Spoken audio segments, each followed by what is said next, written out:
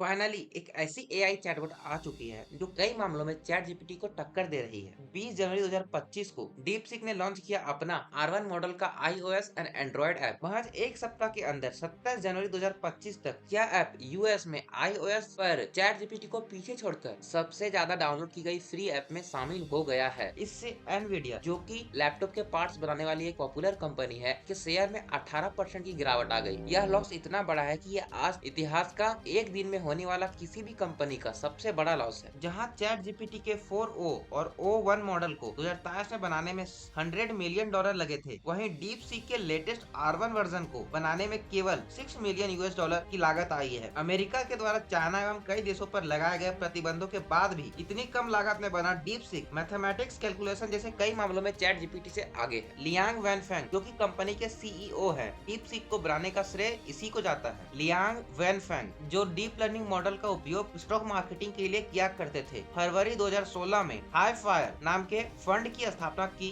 जो कि AI trading algorithm के विकास और उपयोग पर केंद्रित था। 14 अप्रैल 2023 को हाईफ्लायर ने हाईफायर के वित्तीय व्यवसाय से अलग एक एआई टूल के विकास के समर्पित आर्टिफिशियल जनरल इंटेलिजेंस की शुरुआत की घोषणा की। इस एआई को बनाने के पीछे ज्यादा पैसे कमाना ना होकर लियांग वैनफेंग की साइंटिफिक क्यूरियोसिटी थी। ठीक वैसे ही जैसे ओपन एआई की शुरुआत एक साइंटिफिक क्यूरियोसिटी की वजह से हुई थी, मगर आज वो पूरी तरह से एक प्राइवेट कंपनी बनकर रह गई है। इसमें कुल 200 एम्प्लॉय थे, जो कि प्रोफेशनल ना होकर यूनिवर्सिटी के ग्रेजुएट स्टूडेंट और डेवलपर थे, जो कि कम एक्सपीरियंस थे। खैर 16 मई 2023 हाईफ्लायर के इस रिसर्च टीम को कंपनी से अलग अपनी खुद कंपनी डीप सीक बना दिया गया। 2 नवंबर 2023 को डीप सीक ने अपना पहला मॉडल डीप सीक कोडर जारी किया। समय के साथ साथ डीप सीक ने अपना कई मॉडल जारी किए, जैसे मई 2024 में डीप सीक ने डीप सीक V2 लॉन्च किया, जिसने कम कीमत पेश की और अन्य चीनी कंपनियों जैसे अलीबाबा, बाइटडांस, बाइडू को अपनी कीमत में कटौती करनी पड़ी। 20 नवंबर 2024 को deep seek R1 light preview जारी किया और 20 जनवरी 2025 को डीप सीक R1 मॉडल पर आधारित अपना पहला iOS and Android app launch किया।